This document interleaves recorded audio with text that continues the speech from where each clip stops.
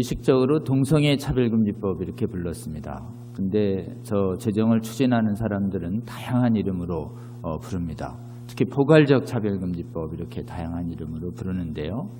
이 법이 언제 지금 나타나기 시작했냐면 21세기, 20세기 말부터 최근에 한 20년 안팎에서 나타나기 시작해서 지금 신앙의 선진국 유럽 각국과 북미 그리고 호주, 뉴질랜드, 남아공 같은 믿음의 선진국을 점령해서 이 법이 제정된 후에 동성애를 금하는 메시지가 금지되고 나아가서 죄성을 설교하면 정신적 고통을 드렸다고 하면 이단과 다른 사상, 특히 이슬람 이런 것을 공격하는 그런 설교를 비판하는 설교가 금지되면서 교회의 거룩함이 급격히 상실돼 가는 그야말로 사회의 근간이 위협받는 사회가 되어버렸습니다.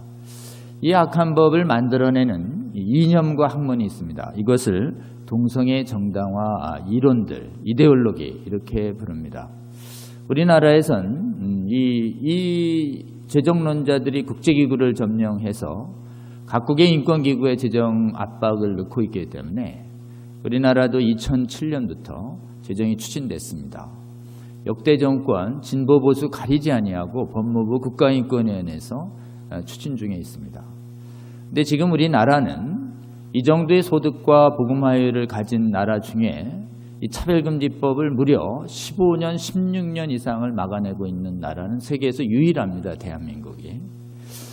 올해 또 발의됐습니다. 민주당에서 정의당이 주축이 이루고 민주당 비례대표 몇 사람이 가세해서 지금 장혜영 안이라고 해서 정의당 안이 지금 6월 중에 발의되어 있습니다.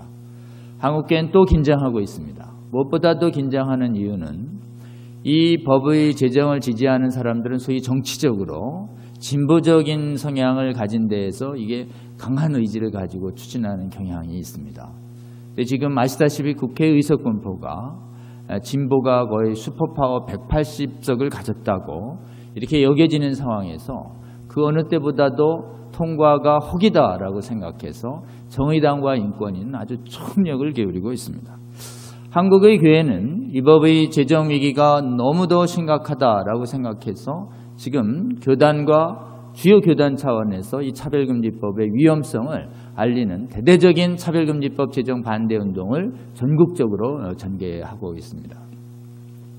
이 차별금지법 막을 때 제일 먼저 우리가 고려해야 될 부분이 그 이름 때문에 아주 난감합니다.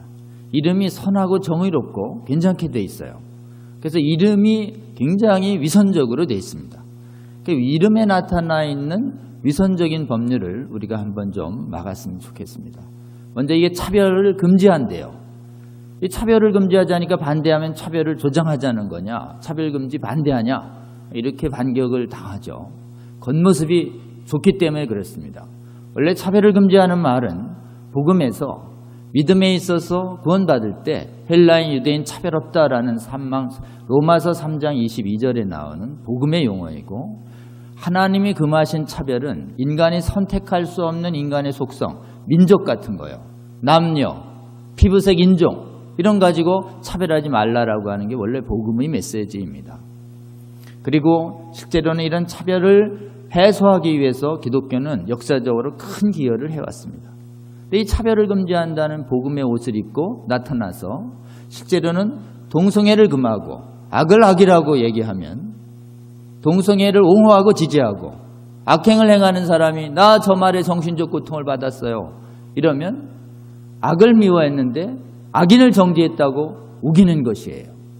동성애를 반대했는데 동성애자를 반대했다고 이렇게 우기는 해석론을 전개합니다. 행위와 행위자를 분리하지 않는 이 해석론을 가지고 그러니까 법조문에 보면 개인과 집단에 대한 분리구별 배제 이렇게 돼 있어서 마치 동성애자 개인과 동성애자 집단을 비난하면 처벌받는 것처럼 법조문은 써놓고 해석은 어떻게 하고 있냐면 동성애를 행위를 평가해서 하나님은 선악을 분별하시죠. 선악을 분별하시는 하나님이 행위에 대해서 의로운지 정의로운지 거룩한지 아닌지 선인지 악인지 분별했는데 이 분별에 대해서 생각과 다르고 고통스럽다고 호소하면 분별을 하지 말라는 것이에요. 그러니까 사실은 차별을 금지하는 법이 아니라 실질적으로는 분별을 금지하는 법입니다. 분별을 금지하면 진리를 전할 수 없게 되는 것이에요. 그러니까 실제로는 어떻게 불러야 하냐면 동성애 반대를 하는 것을 처벌하는 동성애 반대 금지법, 반대자 탄압법이 정확한 이름입니다. 그리고 포괄이라고 하는데 동성애뿐만 아니라 여러 가지 정당한 차별 사유 20여 개를 같이 끌고 들어옵니다. 원래 원수 마귀가 때로 몰려다니면 구별이 쉬우니까 좋은 성도들 등에 가만히 섞여서 들어옵니다. 마찬가지로 들러리를 세우고 들어오는 것이에요. 그래서 사실 이거 동성애를 빼자 이러면 진중권 교수 측은 이렇게 얘기합니다. 핵심이 없는 차별금지법, 안고 없는 찐빵이기 때문에 제정하지 않는 게 좋다라고 얘기할 정도로 그 중심에 동성애가 있는 것입니다. 근데 실제로는 동성애 반대뿐만 아니라 동성애를 반대하는 그 이론을 확대하는 경우에 우리 복음을 전해서 정신적 고통을 느꼈다고 할 경우에 복음 전도자를 탄압하는 법으로 확대해 나가고 있는 것이 이 법의 실제의 모습이다라고 하는 것을 우리는 직시했으면 좋겠습니다. 법에 평등이라고 합니다. 평등이면 동성애에 대해서 찬반의 자유를 자유롭게 얘기할 수 있어야죠. 인간의 사람을 정죄하는 것이 아니라 행위를 분별해서 찬반을 자유롭게 토론할 수 있어야 인간이 이게 올바른 건지 아닌지 분별하는 데 도움이 됩니다. 그래서 민주사회의 기초는 자신의 생각과 관점을 자유롭게 말할 수 있는 이 자유를 보장합니다. 이걸 사상의 자유시장 이론이라고 합니다. 그런데 동성애 정당화 이론은 차별금지법은 이 사상의 자유시장 이론을 동성애에 대해서 완전히 부정합니다. 그래서 이렇게 하는 것이에요. 동성애 지지하는 사람은 가만둬요. 그런데 동성애 반대하면요 범법자로 모는 것이에요. 절대 평등하게 대하지 않습니다. 반대자를 완전히 불평등하게 대하는 불평등법이에요. 인권과 자유를 주장하는데 동성애자의 인권과 자유만 중요하고 반대자의 인권은 철저하게 탄압하고 빼앗는 것이에요. 그러니까 얼마나 악한 법입니까? 그리고 선해 보여요. 약자를 보호한대요. 그러니까 약자를 도우라고 하나님 말씀처럼 동성애자를 보호라고 누가 동성애자 보호해야죠. 우리가 정말 죄인은 긍휼히 여기고 죄인을 사랑해야 합니다. 우리가 동성애를 반대했지 동성애자를 배척한 적이 없지 않습니까? 그런데 동성애를 반대하는 우리의 운동에 대해서 너희들이 동성애자를 정죄한다라고 몰아붙이는 것이에요. 한 번도 동성애자를 정죄하지 않았습니다. 여러분 정죄와 분별이 무엇인지 우리 예수님이 십자가 달리기 직전에 바리새인들이 시험하기 위해서 음란한 여인을 성전에 와서 모세가 돌로 쳐라 그랬는데 당신은 어떻게 할 거냐고 다그치니까 우리 예수님이 일어나셔서 이렇게 말씀하셨죠. 죄 없는 자가 먼저 쳐라. 찔려서 다 도망갔습니다. 너 정죄하던 사람 어디 갔냐? 다 갔습니다. 나도 너를 정죄하지 않겠다. 우리 예수님이 오직 정죄할 수 있는 유일한 분 우리 예수님이 죄의 심판까지 정죄를 늦추셨습니다. 그리고 나서 말씀하시죠. 다시는 가서 죄를 짓지 말라. 여러분 죄인을 사랑하는 방법은 죄인이 싫어하더라도 죄는 죄라고 말하는 것입니다. 음란을 죄라고 말하고 음행을 행하지 말라고 얘기하는 것이 죄인을 사랑하는 방법입니다. 그렇기 때문에 우리가 정말 악인을 사랑하는 방법은 악을 미워하는 것이에요.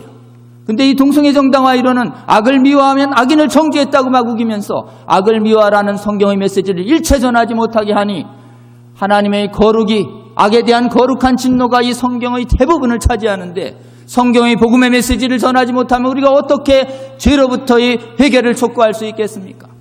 여러분이 복음을 온전히 전하지 못하게 하는 이 법 막아야 될까요? 막지 말아야 될까요?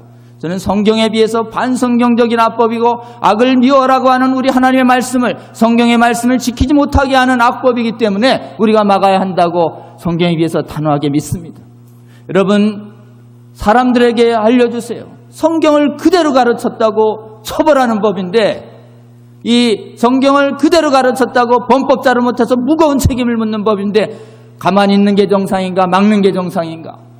마땅히 하나님을 사랑하고 복음을 사랑하는 성도들은 이 법, 성경과 복음을 온전히 전하지 못하게 하는 이 법 단호히 막아야 한다고 우리 가르쳐 주시면 좋겠습니다.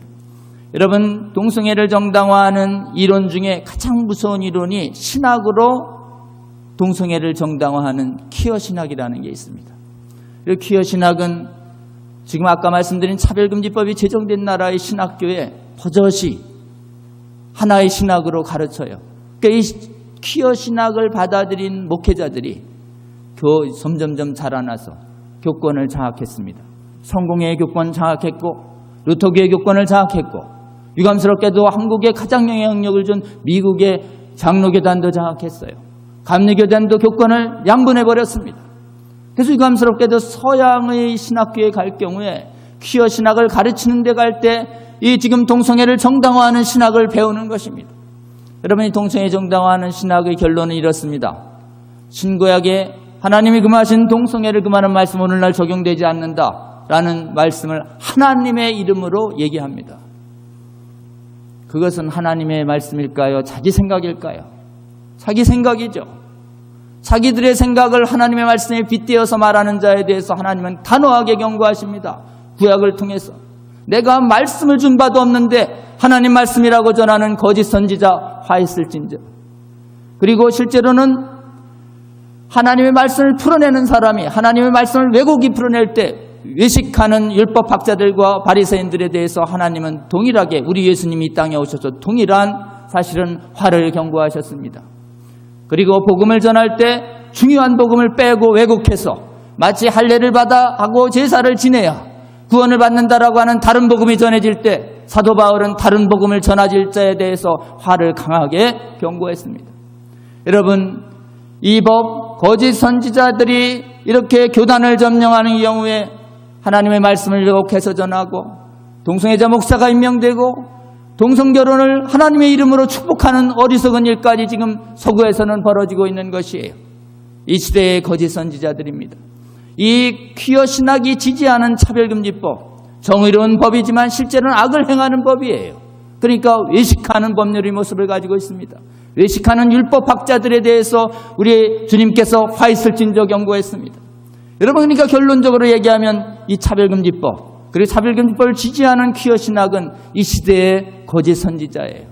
거짓 선지자를 어떻게 대할 것이냐에 대해서 우리 주님이 이 땅에 오셔서 마태복음 7장 15절에 말씀해 주셨습니다. 거짓 선지자들 너희들 만날 거다. 너희들에게 나온다. 근데 그들은 양의 옷을 입었으나 그 속은 노략질하는 일이다. 잘 살펴라. 삼가해라 라는 말씀을 주셨어요. 삼가하다라는 말은 만나지 말라는 게 아니라 NIV 버전은 watch out. 잘 살피라고 되어 있습니다. 옷만 보지 말고 그 실체를 살펴라. 뭘 뺏는다는 것이에요. 여러분, 뭘 뺏을까요? 결론적으로 얘기하면 우리의 소중한 자유와 우리의 소중한 생명을 뺏는 법입니다. 특히 진리를 가르칠 자유, 선교의 자유, 헌법상의 신앙의 자유를 뺏습니다. 반대 설교하시는 분을 법 위반으로 처벌하는 것이에요. 그러면 이렇게 얘기합니다. 아니, 그 법조문 좀 보고 얘기해. 어디 법조문에 반대 설교자를 처벌한다고 나와 있어요. 법은 다 좋게 생겼구만. 이렇게 얘기할 때 우리는 대답해 줘야 합니다. 그들이 법조문을 아주 그럴싸하게 만들어놨기 때문에 그렇습니다. 법조문은 실제로는 어디에도 반대자를 탄압하는 직접적인 문구가 없어요. 그러니까 이게 반대 설교하면 처벌받는다는 게 가짜냐 아니냐가 재판 심리됐는데 젊은 판사가 이랬어요. 법조문을 아무리 살펴봐도 반대자를 처벌하는 문구가 없으니 가짜인 것 같다. 이렇게 오판했어요. 근데 여러분, 반대 설교가 이 법 위반인지에 대해서 국가인권위 위원장이 6월 11일에 한교총 와서 반대 설교하는 거 처벌된다고 걱정하시는데 걱정하지 마세요. 처벌 안 하겠습니다. 이렇게 얘기하니까 교회 지도자분들이 이렇게 잘 대답을 못하셔서 그 자리에 배석한 제가 일어나서 얘기했습니다. 위원장님, 국가인권위 보고서에 의하면 사람을 차별한 거 아니고요. 동성애를 비정상이라고 표현한 모든 대화와 상담을 다 차별로 본 보고서가 채택되어 있지 않습니까? 이렇게 보고서의 면수를 제시하니까 국가인권위 위원장이 정색을 하고 이렇게 얘기했습니다. 반대 설교 차별은 맞습니다. 차별 맞고요. 그런데요, 형사처벌 안 합니다. 근데 여러분, 형사처벌만이 문제가 아닙니다. 여러분 기억하세요.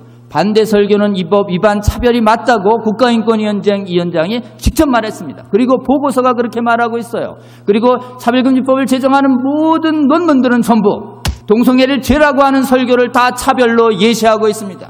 해외는 전부 동성애 반대 설교를 이 법 위반으로 처벌하고 있습니다. 누구 말이 맞을까요? 이 법 위반이 맞는 것이에요. 어느 조항에 적용되는지 여러분 한번 말씀드려 보겠습니다. 여러분, 이 주보지에 나눠드린 약간 이 근 길이 있습니다. 어느 법 조항에 해당하는지 여러분이 찍어주셔야 됩니다. 여러분, 이 법엔 차별을 금지하는 3조라는 조항이 있는데 이 3조는 차별을 이렇게 정해야 합니다. 성별 등을 이유로, 이때 성별 등의 성적 지향, 젠더 정체성이 들어가요. 그러니까 성별지 동성애를 의미하는 것만 빼내면 되는 거 아니냐, 이런 논란이 한 번 있었습니다. 근데 여러분, 빼내도 등자가 남으면 해석으로 들어가고요. 등자를 빼내도요, 단순한 남녀를 의미하는 성에 성적 지향이 들어간다고 해석하는 유엔 해석이 있습니다. 그러니까 앞에 동성애를 의미하는 독소조항이 빠져도 해석으로 들어간다, 안 들어간다? 들어가는 것이에요. 그리고 어떻게 되어 있느냐? 개인과 집단에 대한 분리구별 배제예요. 이거가 아까 얘기한 것처럼 동성애를 반대했는데 동성애자 집단에 대한 분리구별 배제로 해석해버리는 것이에요. 그러니까 저 사람들이 이제 이렇게 얘기합니다. 뇌 영역을 피하세요. 뇌 영역만 피하면 괜찮아요. 근데 여러분, 뇌 영역이 진짜 좁은 줄 아십니까? 뇌 영역이라는 게 첫째가 고용이에요. 일터 아닌 데가 어디 있습니까? 예배당에서 설교했는데 유급 직원들이 정신적 고통받았다고 하면 고용에서의 차별이 되는 것이에요. 그 다음에 두 번째는 교육이요. 교육이 얼마나 넓습니까? 교육기관으로 지적된 유치원부터 시작하여 대학원까지, 심지어 신학교까지 동성애를 비판하고 동성애의 위험성을 얘기하는 어떠한 일체의 부정적인 강의가 전면 금지됩니다. 그 다음에 세 번째는요, 재화와 시설 용역이요. 이 시설 이용에 있어서의 차별에 예배당 이용자가 시설 이용자에 해당될 가능성이 높다는 것이 저희들 법률가들의 해석이에요. 시설 이용자에 걸린다. 말씀해 주세요. 행정서비스요? 국가의 교도소나 군대 어디에서, 행정기관의 국가주찬기도에서도 동성애 반대 설교가 못하게 되는 것이에요. 뇌 영역 좁습니까? 넓습니까? 여러분이 뇌 영역에서 복음을 안 전하면 우리가 어떻게 이방인들에게, 하나님을 모르는 사람들에게 복음을 전할 수 있단 말입니까? 뇌 영역 절대 좋지 않습니다. 그러니까 결국은 뭐예요? 예배당 안으로 몰아서 당신들만 얘기하라, 이런 취지예요. 근데 정말 예배당이 안전할까요? 절대 안전하지 않습니다. 아까 시설 이용자에 해당할 수 있어요. 그리고 영역에 제한이 없는 표시행위와 광고행위에 해당할 수 있습니다. 그리고 문화공급자에 해당할 수 있어요. 여러분, 안심하라라고 하는 주장 절대 믿을 수가 없습니다. 그래서 제가 그랬습니다. 국가인권위원장의 말씀을 믿고 싶습니다. 그런데 나중에 이 법이 통과되고 나면 이 법을 해석 적용하는 것은 국가인권위뿐만이 아닙니다. 고소고발하면 검찰이 해석할 거고, 직접 민사소송하면 법원의 판사들이 해석할 텐데, 법원의 판사들이 설교행위에 고통받았다고 소송이 들어올 때 이 법이 적용 안 된다고 장담할 수 있습니까? 수많은 논문들과 해외 사례는 반대 설교자들 철저하게 법 위반 책임을 묻고 있는데 장담하실 수 있나요? 대답을 안 하셨습니다. 여러분, 이 법의 심각한 위험은 우리 목사님 말씀하신 것처럼 처벌에 있습니다. 이 처벌이라는 것이요, 좁은 의미로는 형사처벌을 의미해요. 근데 여러분, 누가 형사만을 처벌이라고 생각합니까? 행정적으로 이행강제금 맞으면, 이행강제금 3천만 원 한도로 계속 맞으면 벌금은 최대한 1,000만 원으로 돼 있어요. 그럼 행정벌도 처벌로 이행하죠. 이것도 행정벌이라고 그래요. 민사는 처벌이라고 안 하나요? 민사의 손해배상은 제한이 없는데 특별히 이번엔 징벌 손해배상이 있습니다. 징벌 손해배상은 반복 설교자 1인당 최소한 500만 원을 하게 돼 있어요. 최소한 500이에요. 나 고통받았어요 얘기하면 판사가 무조건 500만 원 이상을 때려야 합니다. 동성애 반복 설교한 분이 이 반복 설교가 악이래요. 그러면 동성애 운동가들이 유명하신 대형교회 목사님의 반복 설교를 정말 반복해서 듣고 정신적 고통받았다고 진술서들을 10장 모으면 5천만 원이고 100장 모으면 5억이요. 1000장 만장 모으면 50억 500억 되는 것이에요. 여러분, 이 법 통과되잖아요. 전국에서 활동 중인 선하신 법률가들이 동성애 옹호운동가들에게 이용당해서 대한민국의 목사님들과 교회의 재산을 노략질하는데 동원돼서 이용될 가능성이 아주 높습니다. 여러분, 이 법 막아야 될까요? 안 막아야 될까요? 막아야 합니다. 특히 저쪽은요, 동성애 반대 설교를 SNS나 방송에 절대 하지 말아요. 이 악한 법, 지금 SNS나 방송으로 설교가 안 나가는 설교가 드물 정도입니다. 교인들을 전부 예배당 안에 가둬놓고 안 물을게, 이런 것이에요. 여러분, 가장 긴 이빨이 민사징벌 손해배상입니다. 그리고는 얘기합니다. 이거 물지 않을게. 믿어야 될까요? 안 믿어야 될까요? 그걸 어떻게 믿습니까? 우리의 운명을 어떻게 판사에게 맡기는 것인가요? 이 위험한 미연에 막기 위해서 한국교회 성도들, 정말 이 법 괜찮아요 라고 하는, 나 양이에요, 나 늑대 아닙니다, 나 처벌 안 할게요 라고 하는 이 온갖 위험성을 흐리는 주장에 우리가 미혹되어야 될까요? 미혹되지 말아야 할까요? 우리는 정확하게 찝어줘야 됩니다. 여러분, 이 법 조문 읽어본 사람들이 많지가 않아요. 그리고 법 조문이 어렵게 돼 있어서 잘 모릅니다. 제가 설명드린 대로 여기 감수자들이 있습니다. 수많은 학자들과 그 다음에 실무가들이 있어요. 좀 귀찮지만 이 법을 가지고 가서 모르는 국회의원들에게, 정부 담당자들에게 찝어서 이 법이 동성애에 반대하는 성도들과 그리고 일반 국민들의 양심과 신앙의 자유를 박탈하는 법이라는 것을 알려줘야 합니다. 그리고 동성애에 대한 유해성을 강요하면 처벌받는 모든 교육기관에 동성애 옹호 교육만 가능하게 하는 악법이라는 것을 알려줘서 우리 대한민국의 미래 세대를 위해서 이번 마각자고 교회 바깥의 양심 있는 깨어있는 사람들과 연대해서 이번 막는 운동에 여러분 헌신해 주시기를 주님의 이름으로 정말 호소드리고 싶습니다. 여러분, 정말 뺏는 건 재산만이 아닙니다. 자유만이 아니에요.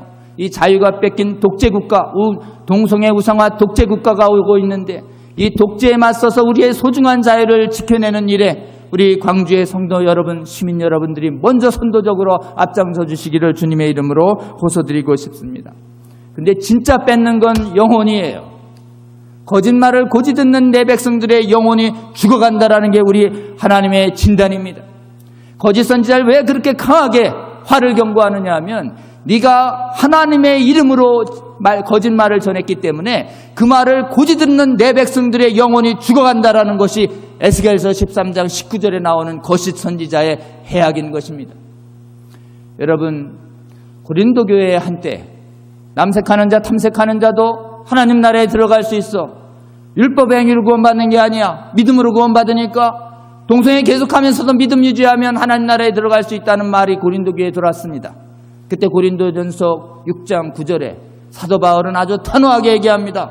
미혹되지 마라. 불의한 자는 하나님의 나라를 못 들어갈 줄 알지 못하느냐. 남색하는 자, 탐색하는 자, 음행하는 자, 하나님 나라를 유업으로 받을 수 없다는 것입니다. 한번 생각해 보세요. 다른 건 다 믿어도 음행을 하는 것, 그건 괜찮다고 얘기하는 그런 교회에 거룩한 하나님이 동행할 수 있을까요?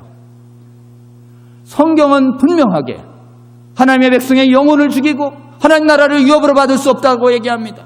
실제는 이것은 영생을 잃게 하는, 영생을 노략질하는 이리의 모습을 갖고 있는 것이에요. 우리 예수님의 진단이 얼마나 정확합니까? 그리고 사도 바울의 진단이 얼마나 정확한가요? 속지 말아요. 여러분, 속는 건 거짓말에만 속습니다. 진리로 속았다는 얘기 들어봤습니까? 근데 거짓이 뭔지 아십니까? 진리와 진실이 비추어서 조금이라도 다른 게 거짓이에요. 다시요. 진리와 진실과 다른 게 거짓입니다. 그러니까 여러분, 우리가 먼저 동성애를 정당화하는 거짓 이론에 먼저 배우기보단 동성애에 대한 영원한 진리, 하나님의 말씀을 정확하게 먼저 배워야 하나님의 말씀과 다른, 세상에 아무리 권위 있는 사람이 얘기해도 하나님의 말씀과 다르면 거짓으로 여기는 이런 진리 학습이 먼저 일어나야 분별이 안 되는 것입니다. 분별이 되는 것이에요. 그냥 성경에 관한 동성애에 대한 하나님의 말씀 정확히 공부하지 아니하고 일단 들어보지 뭐. 근데 그럴듯한데. 이해가 돼. 납득이 돼. 감동이 와.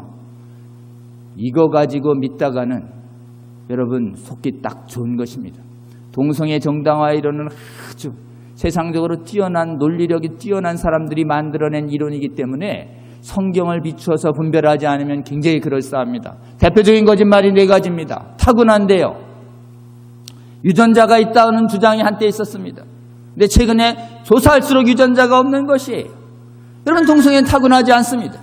얼마든지 안 하기로 선택할 수 있는 행동이에요. 안 할 수 있어요. 그러니까 유전자 논쟁이 점점점 밀리는 것이에요.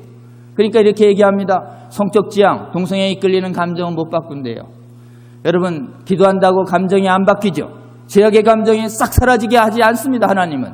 그러나 하나님은 뭘 주시냐? 감정을 이길 수 있는 의지를 주십니다. 감정을 이길 수 있는 이 의지의 자유에 인간의 참된 자유가 있는 것이에요. 그래서 부적절한 정욕을 이기는 인간의 의지의 자유, 이게 절제인 것입니다. 여러분, 절제가, 그래서 인간은 감정의 노예가 아니라는 성경의 진리를 가르쳐 주세요. 그런데 동성애의 음욕과 정욕은 결국은 누가 이기느냐? 인간의 의지로 완전히 이길 수가 없습니다. 오직 말씀에 기반 위에서 성령 안에서 성령과 교통할 때만 하나님이 성령께서 주시는 절제의 열매의 힘으로 정욕을 이겨낼 수 있다라고 하는 이 진리를 동성애 어쩔 수 없다라고 호소하는 형제자매들이 혹시 있거든. 동성애 얼마든지 안 할 수 있다고 가르쳐주면서 말씀 위에서 성령 안에서 동행하면 얼마든지 정욕을 이겨낼 수 있다는 이 진리를 가르쳐주시면 좋겠습니다. 남자와 여자를 바꿀 수 있대요. 젠더 이론입니다. 성수술 호르몬 하면 막 바꿀 수 있는 것처럼 보입니다. 근데 절대 그렇지 않아요. 육체적인 남녀는 유전자가 결정합니다. 남자와 여자는 심리로 결정되는 게 아닙니다. 심리는 사람 하나님께서 얼마든지 남자와 여자를 연령대에 비춰서 왔다 갔다 할 수 있게 이해할 수 있도록 만드신 것이에요. 실제로 남자와 여자는 육체가 결정하는데 수많은 조대의 세포에 하나하나 들어있는 남자 유전자, 여자 유전자를 바꿀 수 있는 길이 없습니다. 그러니까 남녀를 바꿀 수 있다는 건 망상이에요. 젠더 이론은 망상인 것입니다. 그래서 성경은 남자와 여자로 지으신 분은 하나님이라고 말씀하시는 것이에요. 그리고 자유로 얼마든지 동성애를 행할 자유를 달라고 하는데 여러분, 자유로 죄짓지 말고 종노릇하라는 것이에요. 선한 일에. 죄를 마음껏 질 자유는 죄의 노예가 되는 것입니다. 참된 자유는 죄로부터의 자유예요. 거룩한 일을 행할 자유가 참된 자유지 죄를 망할 자유가 거짓된 자유, 진짜 자유가 아닌 것이죠. 그리고 마지막에 거짓말이 동성애를 미워하면 동성애자를 미워했다고 우기는 것인데 여러분, 동성애를 미워하는 것과 동성애자를 미워하는 건 다른 것이에요. 동성애자를 사랑하되 동성애를 미워해야 동성애자를 사랑하는 것입니다. 성경의 메시지는 아주 분명합니다. 죄인을 사랑하는 것은 죄를 미워해서 죄로부터 돌이키도록 우리 예수님이 말씀처럼 다시는 죄를 짓지 말라고 말해주는 것이 동성애자를 사랑하는 방법입니다. 여러분, 서양의 교회는 이 동성애 정당화 이론과 차별금지법의 이 양의 옷만 보고 노력하는 실질을 보지 못해서 속았어요.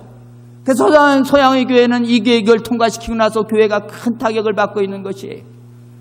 그래서 찬반으로 이걸 이념의 문제를 보고 진보 기독교는 지지하고 보수 기독교는 반대하면서 보수 기독교만 반대하니까 저항력이 없어져서 이 법이 통과됐습니다. 근데 여러분, 한국의 교회는 하나님의 은혜로 20여 개 교단 전부가 아주 미미한 교단 빼고는 하나님의 은혜로 일치돼서 지금 반대하고 있습니다. 여러분, 이 문제 진보와 보수의 문제가 아무런 상관이 없습니다.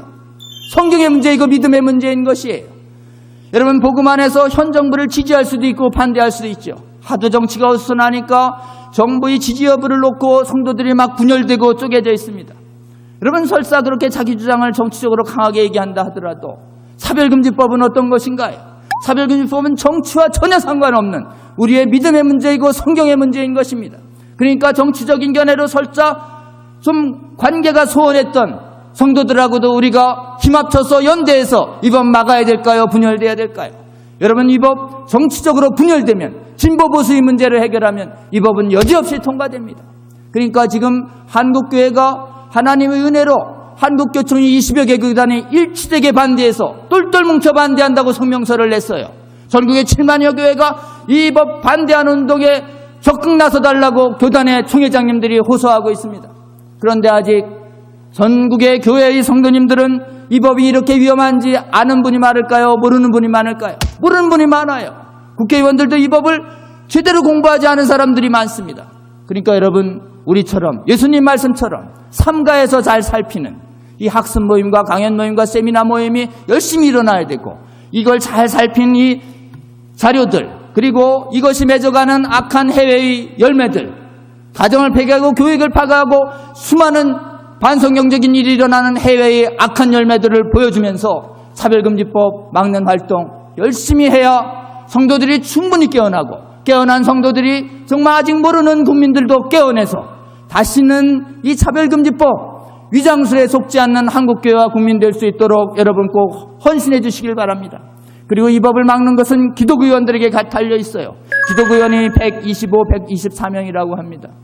여러분, 기독의원들이 이때 당론이 혹시 아직 안 정해졌지만 당론이 다르게 정해지더라도 당론에 맞서 믿음에서 굳게 설 수 있도록, 그리고 여러분, 이 당론 정할 때 믿음의 국회의원들이 역할해서 하나님을 대적하는 당론을 제정하지 않을 수 있도록 힘써달라고, 여러분, 믿음의 국회의원들 위해서 꼭 기도해 주시고 그 국회의원들에게 꼭 알려주세요. 찾아가서 알려줘야 됩니다. 시간 내서 법조문을 짚고 성경을 말씀하면서 기본적으로 이 반성경이고 정말 나라를 망치는 법 알려주면 그제서야 알고 나면 반대하는 사람이 없습니다. 깨워주셔야 합니다. 한국교회가 연합 없이 하나로 깨어나서 정말 이 법 막아낸 나라가 전 세계에 없어요. 이 법을 전쟁에서, 이 법 제정 반대 전쟁에서 꼭 승리하는 한국교회 되게 해달라고 여러분 기도해 주시고, 특별히 하나님께서 이 조국 살려게 해달라고, 한국교회 살려달라고, 불쌍히 여겨달라고. 이 법 제정되면 우리 미래 세대는 음행에 노출되는 것입니다. 나라가 어물해지는 것이에요. 지금 우리 목사님 말씀처럼 우리가 죽느냐 사느냐의 기로에 달려 있습니다. 그리고 특별히 결정권은 호남과 수도권의 기독의원들 손에 달려 있습니다. 호남과 수도권의 기독의원들은 호남과 수도권의 교회의 손에 달려 있는 것입니다. 여러분 꼭 기도하면서 하나님께서 영향 발휘해서 기독의원들 잡아주고 조교회 성도들 충분히 깨어나서 노략짓는 일하는 일에 속지 않는 예수님 말씀 충실히 지켜서 재정반대운동에 승리하는 한국교회 될 수 있도록 해주시고, 이 승리한 경험을 가지고 이 차별금지법 때문에 신음하는 서구의 교회를 돕는 제사장 나라의 사명까지 감당하는 한국교회 될 수 있도록 성도 여러분, 주님과 함께 동행하면서 이 전쟁 꼭 승리하시는 저희가 되기를 주님의 이름으로 축원하고 싶습니다.